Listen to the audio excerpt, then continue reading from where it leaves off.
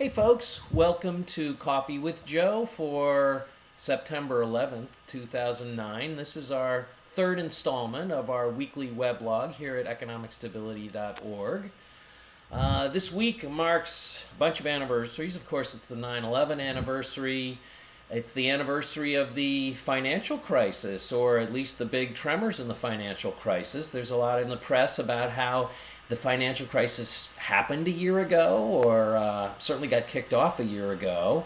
And it's also the anniversary of Joe and I getting the idea to start getting the word out about debt-free money and its relation to the debt crisis on this website, which is now up and running. So Joe's down in Barberton, I'm up in Plainfield, and you are where you are. Welcome. Joe, it's the year anniversary. What are your Yeah. thoughts? Where are we in this financial crisis? Well, as far as the financial crisis goes, Pete, we're on life support. We continue to be on life support. We were immediately placed on life support.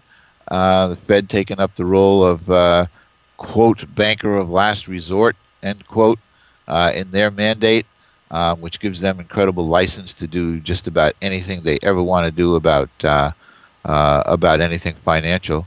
So as far as the financial crisis goes, um, there's a lot of things that appear better, and again, if you infuse this economy, this national economy of ours, with trillions and many trillions, not a couple or a few, but many trillions of dollars of new debts and new debt money, things that look like money but are really more debts. There are going to be a lot of positive impacts of that. It's kind of like so. The problem with all of that, Pete, okay, is that at some point in the future, those chickens have to come home to roost. The fact that you create trillions of dollars of uh, of new money, new debt money, new debts, is something that creates, well, let's put it this way, at least minimally, a 2-to-1 obligation to repay, okay, with debt money. We're going to repay the interest, not only the new money that we created. So if we've created 20 trillion, I know everybody says it's somewhere between 12 and 20 trillion.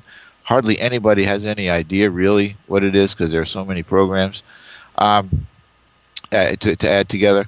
But let's say it's 10 trillion. If it's 10 trillion that's of new money that's been created, we've got a $20 trillion obligation that has to come out of the future economy. So we're living off of that infusion.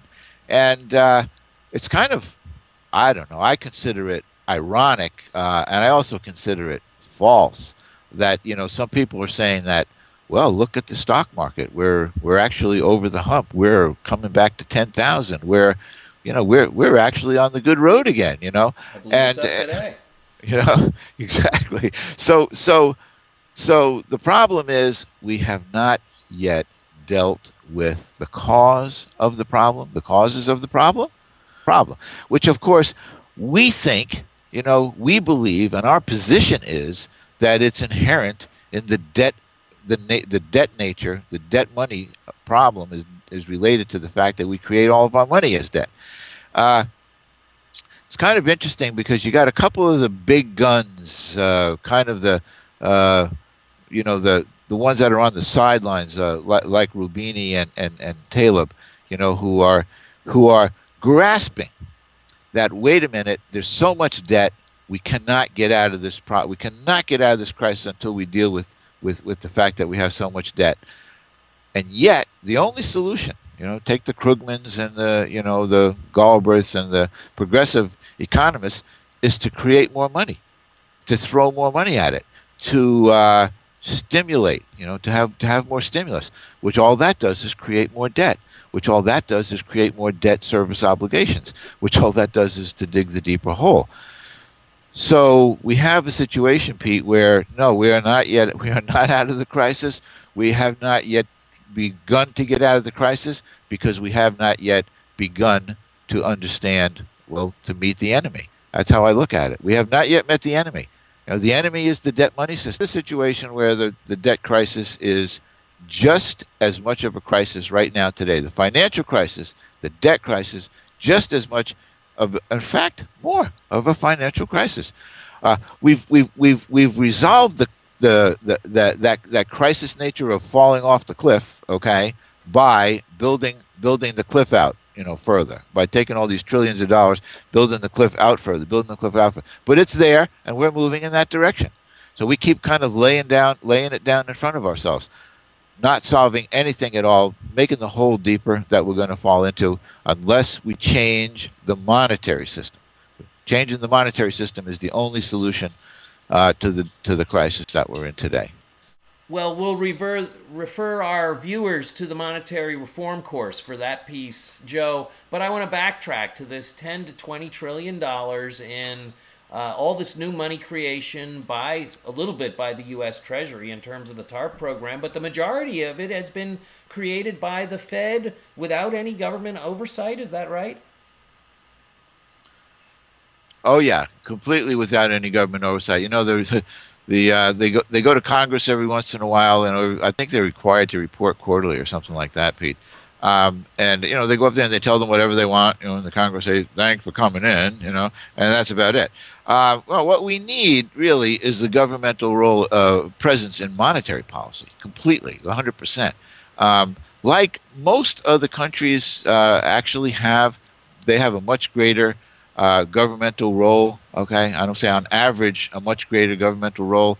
And it's good to remember that in the beginning of our monetary system, Pete, when they passed the Fed, okay, that they in fact sold it to the Congress and the president as a public money system. That a lot of people voted for it on the basis that they thought there was going to be a real, public presence there.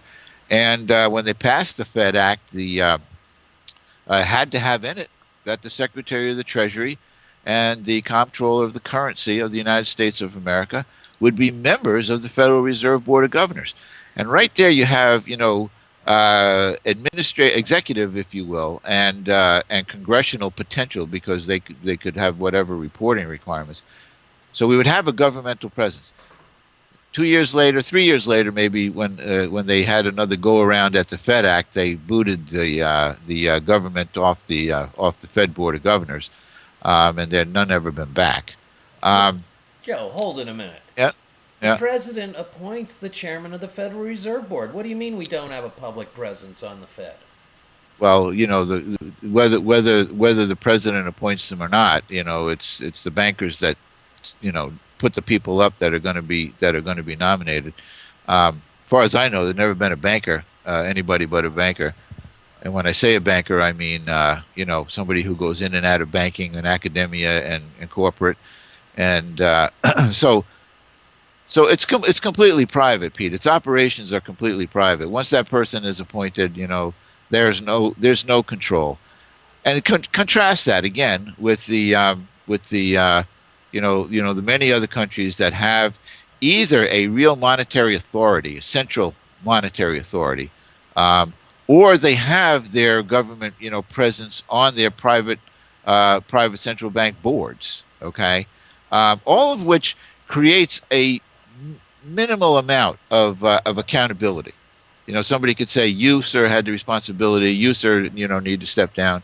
Um, but there's no accountability now, and without any accountability, the Fed has gone out using its banker of last resort privilege to create all this new debt money, Pete. People say it's great because they've recapitalized the economy with all this stuff. They've taken onto their books the toxic assets that the banks themselves wouldn't trade, wouldn't buy from each other, that nobody would buy. The Fed takes them on their books and lends them new debts, creates new debts and lends it out. So we have this terrible problem, and we need to quite frankly reverse the idea that the Fed should be an autonomous and independent organization. That's an idea that's fraught with potential for control, manipulation, lack of transparency, all kind of things that in a democratic society we would not want to have, given the role of money in determining our economic well-being. So that's part of what needs to be reversed. Okay, well, we're going to have to leave it there for this week, Joe. Thanks everyone for listening. It's Thanks, Pete. September 11th, Friday, 2009. This has been Coffee with Joe on economicstability.org. We look forward to seeing you again next week. Thanks, Joe. Kettle Pond.